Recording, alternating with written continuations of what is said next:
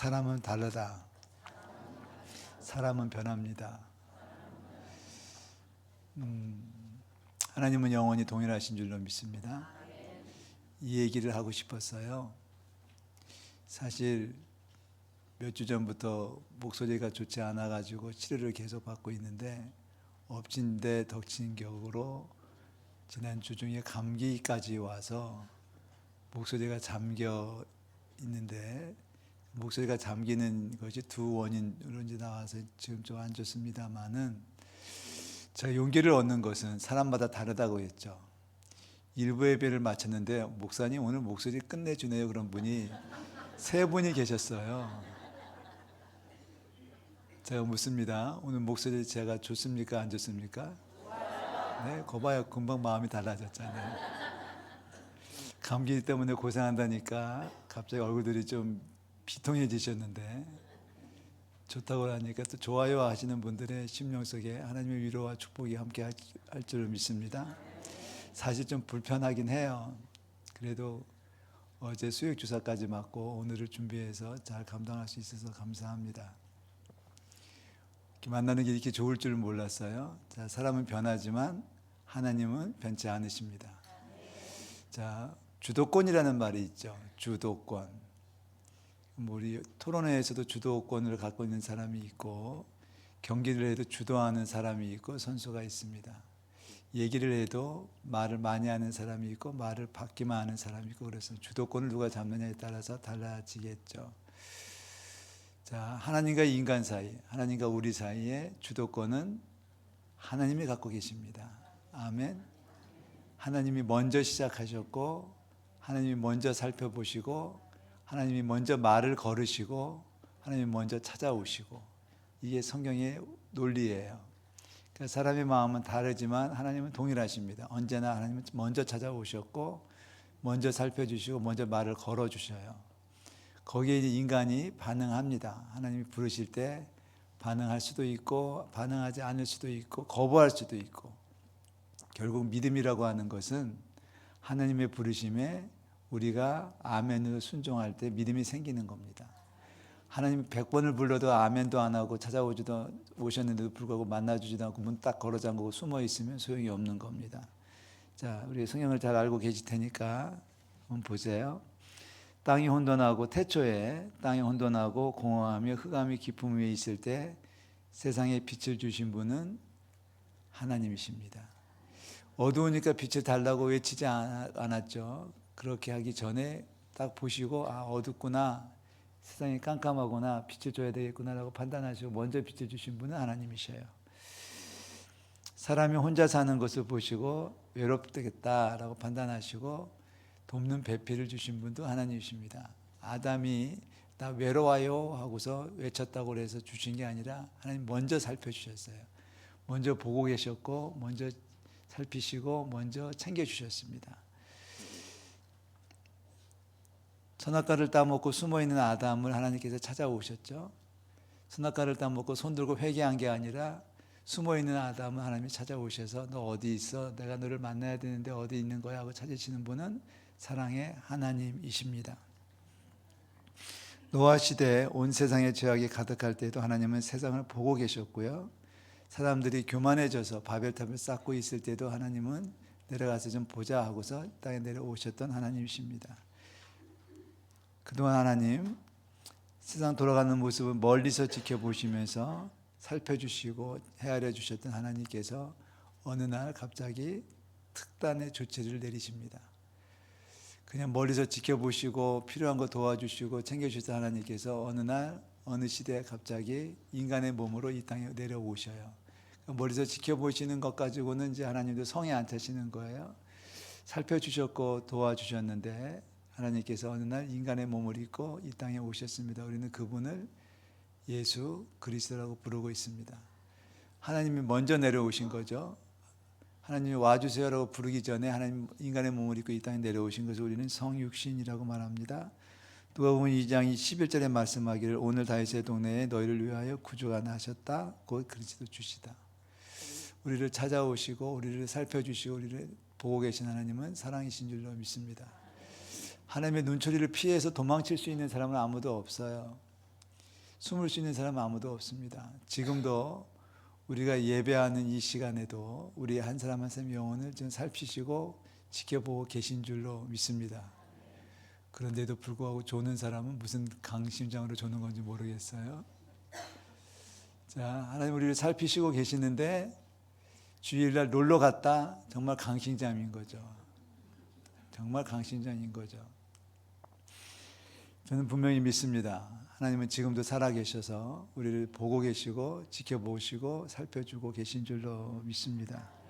그런 하나님이 인간의 몸을 입고 이 땅에 내려오신 것을 성육신이라고 얘기해요. 예수 그리스도가 이 땅에 인간의 몸을 입고 이 땅에 오셨습니다. 자, 이 사실을 사도 바울이 명확하게 정리하고 있는 말씀이 빌립보서 2장 말씀인데요. 한번 읽고 넘어갑니다. 다 같이 읽습니다. 그는 근본 하나님의 본체시나 취할 것을 여기지 아니하시고 오히려 자기를 비워 원래 하나님이셨는데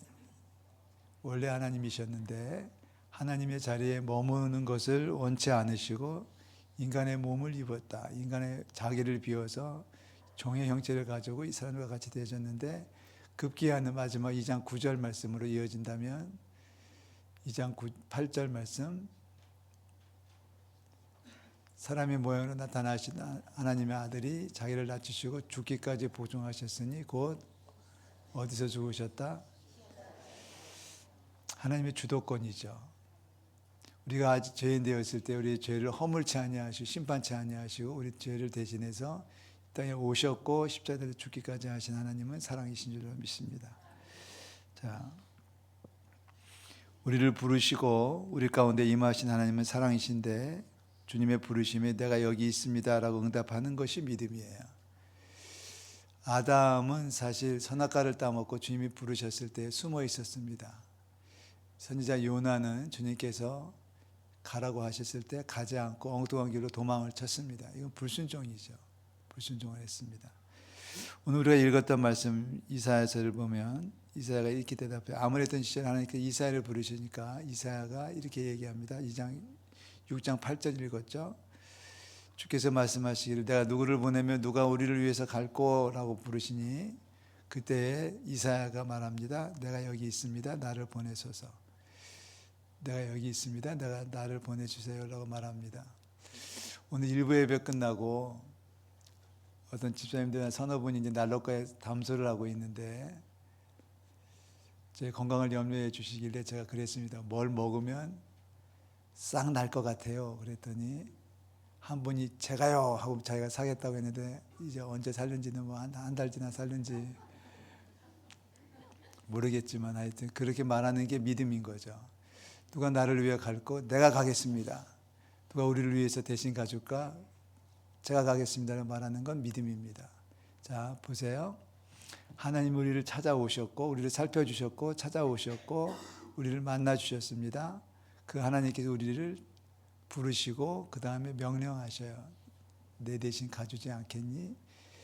내 대신 네가 좀 해주지 않겠니? 라고 말씀하실 때 제가 갈게요 라고 말할 때 그때가 이제 믿음이 생기는 순간입니다.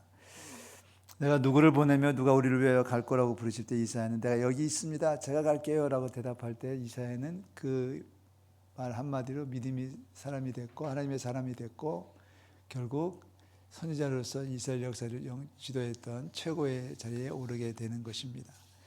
주님께서 부르실 때 아멘하여 순종하는 저 여러분들 되시기를 축복합니다. 대표적인 사건을 요한복음 4장에서 찾게 됩니다. 하루는 예수님께서 사마리아를 지나가시다가 수가라는 작은 마을에 들어가셨는데 때가 정오쯤이라고 되어 있어요. 난 12시. 그런데 난 12시에 한 여인이 물을 기르러 우물가에 나왔습니다. 도저히 상상이 안 가는 사건이 원래 물을 기르러 나오는 시간은 난 12시에 오는 게 아니거든요. 서늘할 때 와야 되는데 여인은 난 12시에 왔다는 얘기는 사람을 피해서 온 겁니다. 여인이 사람을 피해서 올 수밖에 없는 이유는 남편이 많았거든요. 남편이 많았으니 5명이나 됐기 때문에 사람들 사이에 평판이 좋을 리가 없었습니다. 여러분 남편이 많은 게 축복인가요? 부러워하시는 분들이 계신 것 같아서 제가 짚고 넘어갑니다. 그렇게 살아왔던 여인이란 뜻이에요. 그러니까 수가성에서 태어나서 살았던 건 아니고 이제 돌고 돌아가지고 수가성까지 와서 거기서 자리 잡고 사는데 지금 남편도 원래 남편이 아니란 얘기죠. 그러니 사람들이 싫고 사람들이 부담되고 사람들한테 보이는 것이 싫어서 사람들이 없는 시간을 이용해서 물을 길러 나온 거예요. 그런데 그 자리에 예수님께서 오셨습니다.